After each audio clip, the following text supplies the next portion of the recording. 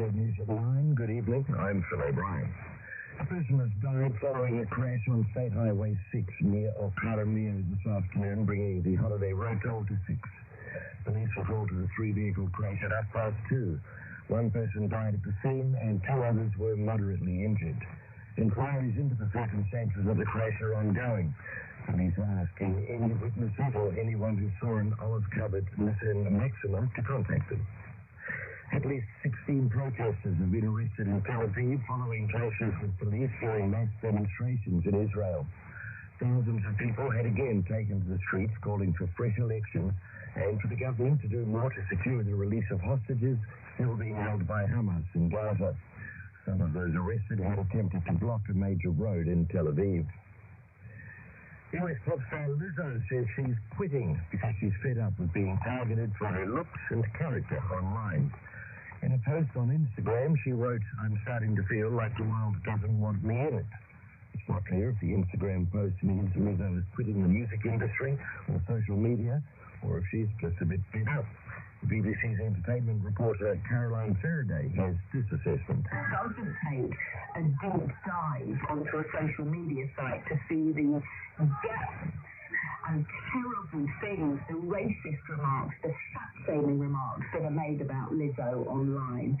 And I think for Lizzo or for other stars in that position can really have an impact, because with social media, those comments, the stars aren't protected from it. The president of Peru has described as arbitrary and abusive an overnight police raid on her home and the presidential palace. Police investigating corruption were looking for luxury Rolex watches that the president has been seen wearing at public events. In a televised address, Dina Boluarte denied any wrongdoing and said she's been the victim of systematic harassment. A Waikato arboretum that lost more than 100 trees in Cyclone Gabrielle is celebrating this Easter.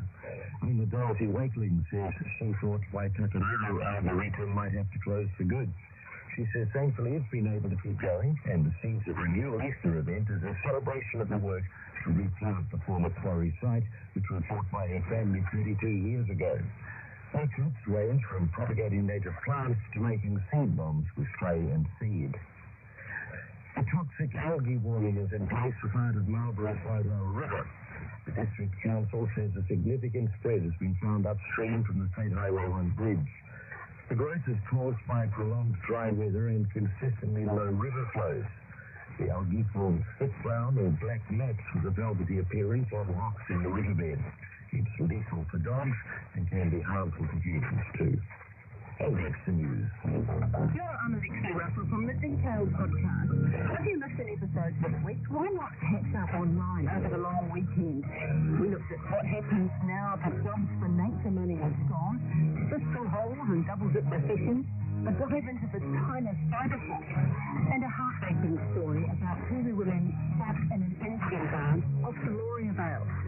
You can find us on your favourite podcast app or at rnz.co.nz for details. We're on air on rnz.co.nz and on Freeview Channel 50.